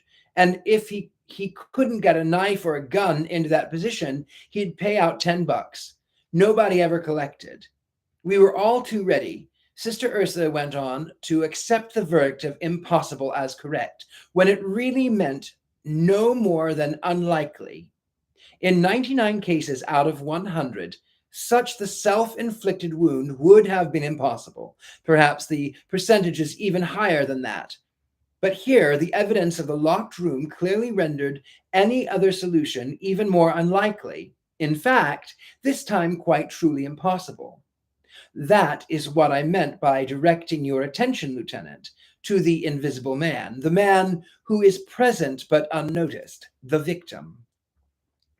And I bit, said Vance Wimpole, a good fortune like me, and swallowing science as gospel. The dressing gown, Marshall muttered. That's why he was shirtless both times. He was in shirt sleeves both times. He had to take it off to get the freedom of movement for his arms.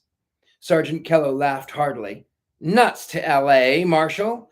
We may not be smart in Pasadena, but we don't swallow locked rooms like that. We'd have known right off that only the guy could have done that was the victim. You are wise after the fact, Sergeant, Sister Ursula smiled.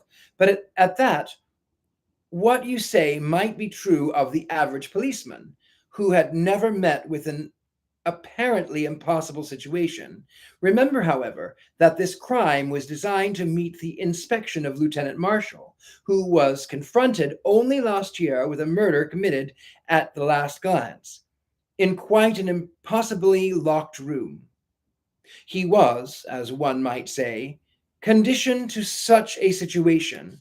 I can imagine that one of the Harlem detectives who investigated the Fink case might have reacted similarly here. I am certain that Superintendent Hadley or the interceptor masters could have done so. I suppose that excuses me, said Marshall sourly. And this brings us to the reason for the locked room. There are many possible reasons for the impossible situation, and none of them seem to apply here. But the reason in this case we can see now was to gain time. You will notice that none of the attacks was designed to implicate a specific attacker, although one did by chance lead the lieutenant onto a false trail. Mr. Fawkes had to avoid an arrest while keeping the police interested. Any possible suspect might still be at large when the opportunity for the actual murder presented itself. So the locked room was deliberately contrived as a tough nut for Lieutenant to try to crack, with the certainty that he would still be chipping his teeth on it when Runcible was finally murdered. The method had probably been evolving in his mind ever since he learned that the lieutenant was on the man who worked on the locked room Harrigan case. That morning, when he heard on the telephone that Lieutenant Marshall had located an accidentally perfect suspect and was almost ready for an arrest on suspicion, that he realized that he had to act at once. He groaned and dropped the phone, then took time, then in the time it took the lieutenant to arrive and investigate, he had ample opportunity to stage his locked room attack, knowing that none of his household ever dared interrupt him when he was shut up in his study. Okay, Kello grunted. Okay, you make a good story out of it. Up to today, but who the hell killed Hilary Fawkes? Kello, said Marshall, for once I'm with you. We're agreed, sister, that Hilary could never have committed suicide, all right.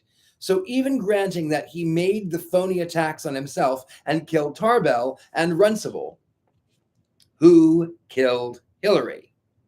Sister Ursula clasped tightly the crucifix of her rosary. For a moment, her lips barely moved in silent prayers.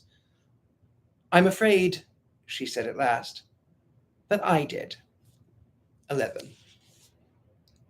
Even Sergeant Keller was dumb. Concha stared from the nun to the study and back to the incredulously Lieutenant Marshall's pipe fell from his teeth, spilling the coals on the rug, and not even Veronica Folks noticed it. I knew, Sister Ursula went on, even before Lieutenant Marshall had established the motive, even before I had seen the sketch of William Runcible's arm trick, that Hillary Folks alone was responsible for all these crimes and seeming attempts at crime. But I knew also that legal proof would be difficult to matter. This morning I visited Mr. Folks about another matter, and I contrived to plant in his mind the idea that it would seem markedly queer to the authorities if the attempts on his life should cease after attaining a mistaken objective. It was apparent by the increasing complexity and audacity of the attempts that the man's vanity was running away with him. No, vanity is not the right word. It was his overweening trust in fate, his confidence that nothing could fail him. Since he was acting to uphold his sacred stewardship, it was, in fact, this almost religious assurance of his that gave the first essential clue to his character and potentialities. I might almost say that I began to solve his crime by reading the psalm in the office of Compline. I hoped that now, in the nervous reaction from his success, that his self-assurance would carry him too far, that he would perpetuate an attempt so patently fraudulent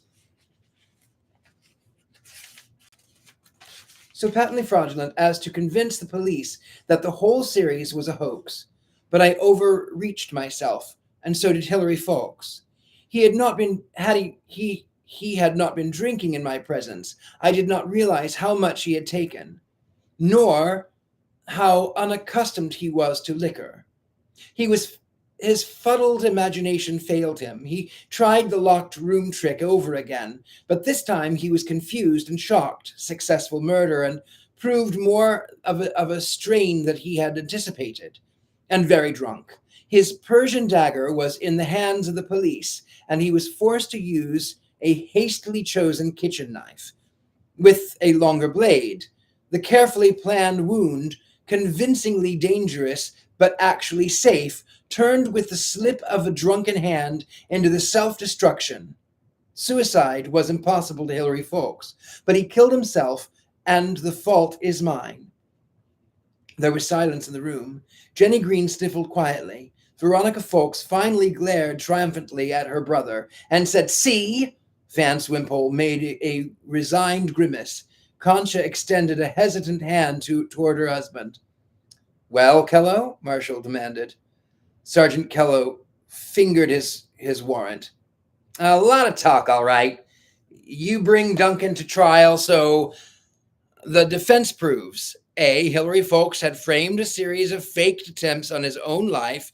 B, Hillary Folks had strongest of motives for killing Runcible. C, Hillary Folks died of his own hand if he need to. We'll get Henderson's friend." Who is this saying that? We'll get Henderson's friend Boucher on the stand to demonstrate how it was done. We pile up those items, and where are you? Hell, you won't even get an indictment. Slowly, Sergeant Kello's fingers shredded the warrant. Okay, Lieutenant. Okay, Lieutenant, he repeated, savoring the lost title wistfully. Matt Duncan extended his hand, the steel links jerking Kello's up with it, and gripped Marshall's.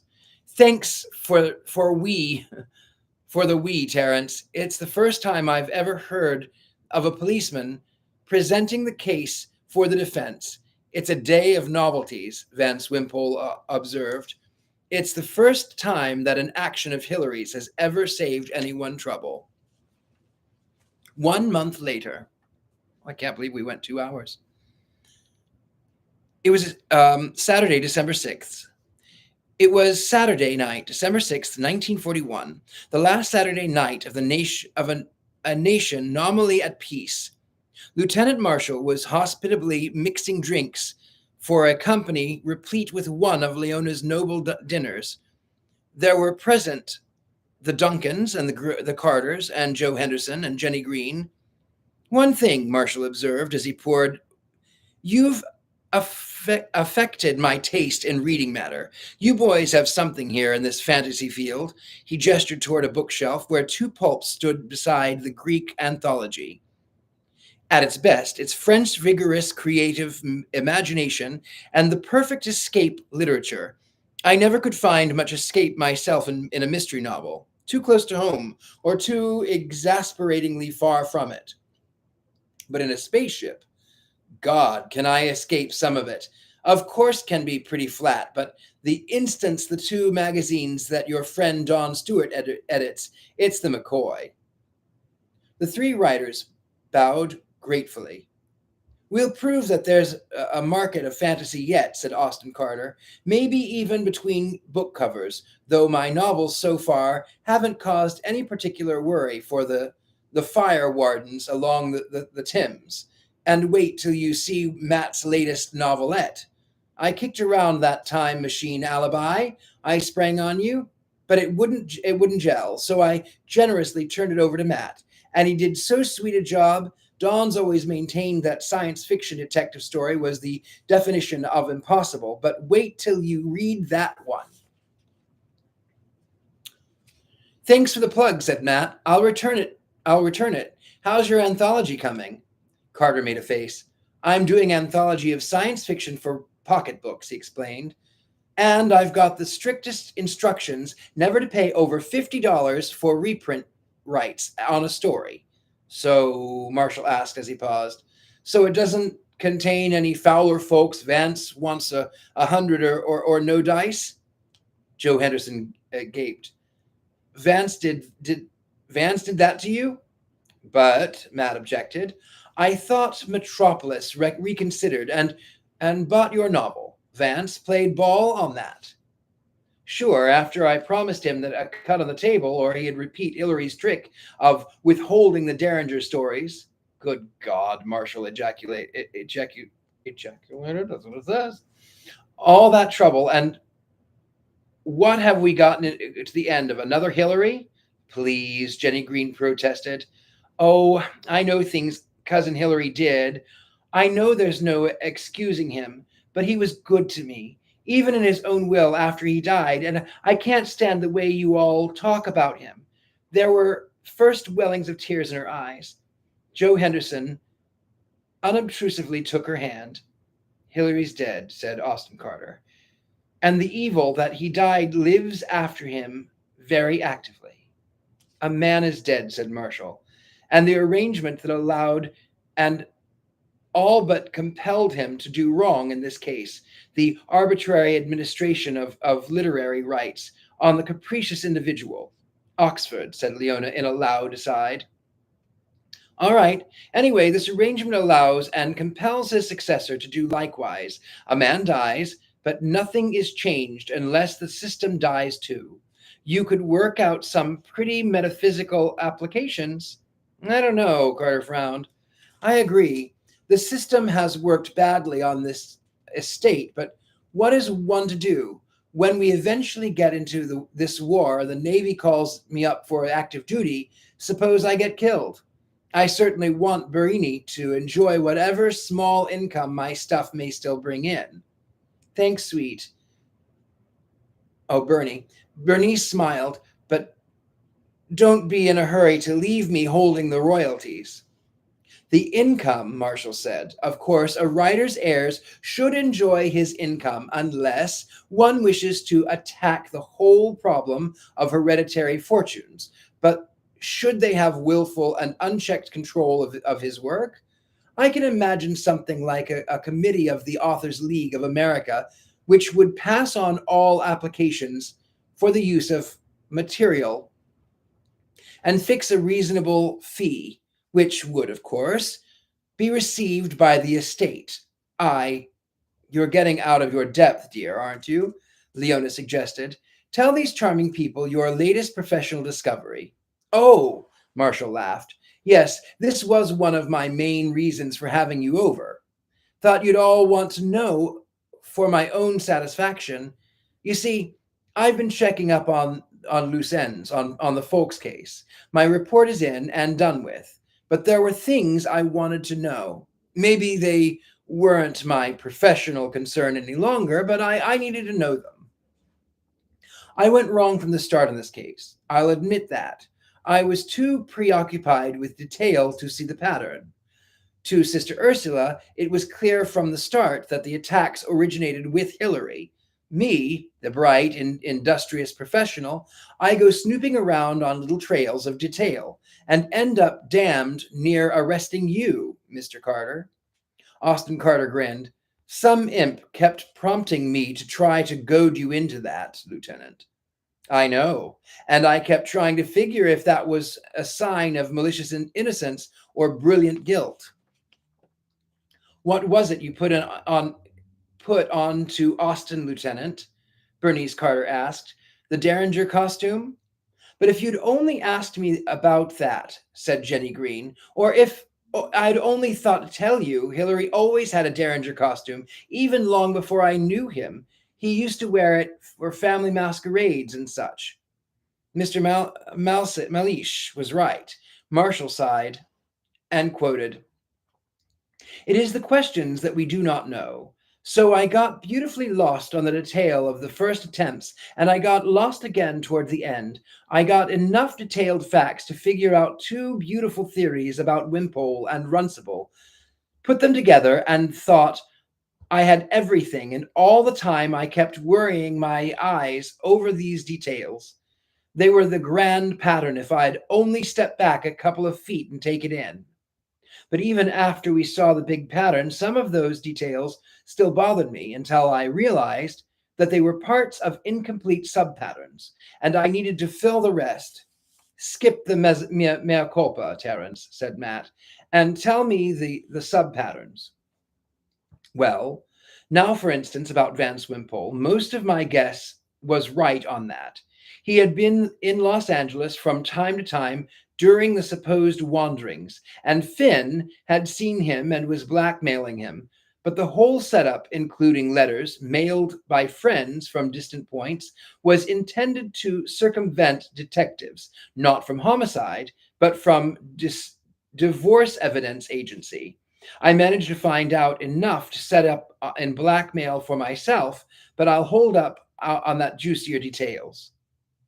And the other business is too bitterly good to be true, William Runcible Folks, I discovered by painstakingly checking through records, was orphaned at an early age and brought up in an asylum. He learned a trade and grew up into the first-rate turret lathe operator. He died in Chicago of natural causes in 1938. The audience was duly and gogglingly petrified. Then our Runcible, Austin Carter ventured at last. Something we'll never know about this case is who did what and with which and to whom, and or in less famous words, who was defrauding whom in what manner. Did a false Runcible put himself over on Tarbell, that specialist in lost claimants, where Runcible and Tarbell collaborators in fraud? Or did Tarbell convince a young innocent that he was the missing Folks' heir and use him as a lever on Hilary? Tune in to this station tomorrow and find out, Leona murmured. I wish the station knew, but it can make a guess that the last of those assumptions is correct. Tarbell was in Chicago building up his Waringheisen case at the time the real Runcible died. And he did have the rosary, and God knows what else that was destroyed either at the Elite Hotel or the rooming house on Adams. Say that he knew the young man and the planning to press his claims when he up and dies. So Tarbell filches and preserves the evidence for future use. Finally, fate is kind, and he runs on the man with marked physical resemblance to the Foulkses, even down to the arm trick. If this young man's own family background was hazy, it shouldn't be hard to persuade him that he was the descendant of Fowler folks, whom he so idolizes. Then all Hillary's, Jenny Green began. It was all for nothing? For nothing, Joe Henderson said quietly. You and Bernice should be happy, Matt Duncan observed to his wife as they walked home from the streetcar. It looks like you finally got a nice girl for Joe. I like her. So do I, but she does seem mild for Joe's tastes.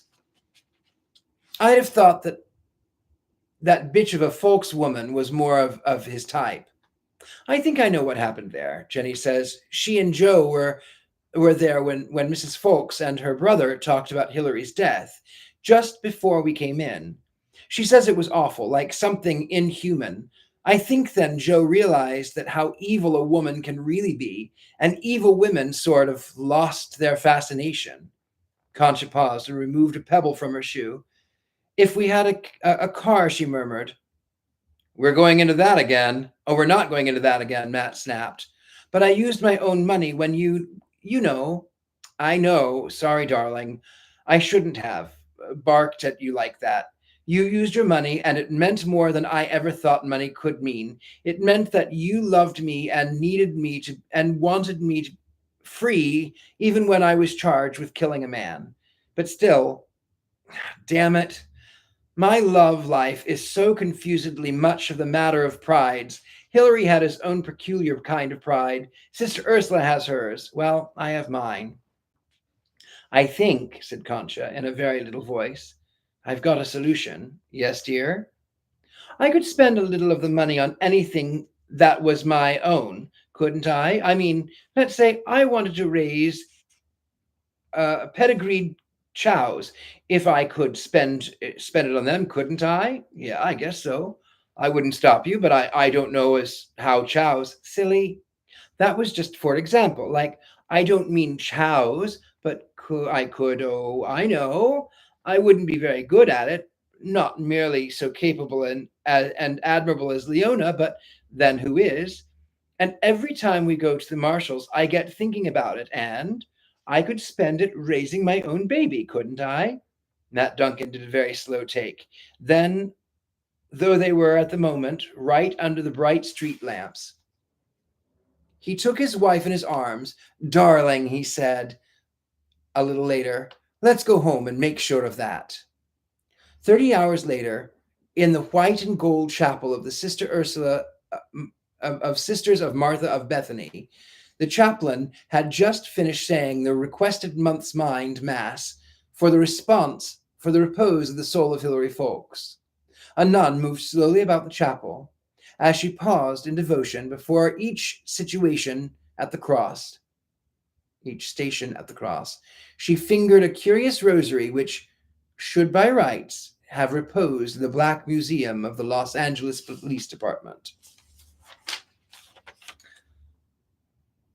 And that's just it. That's it.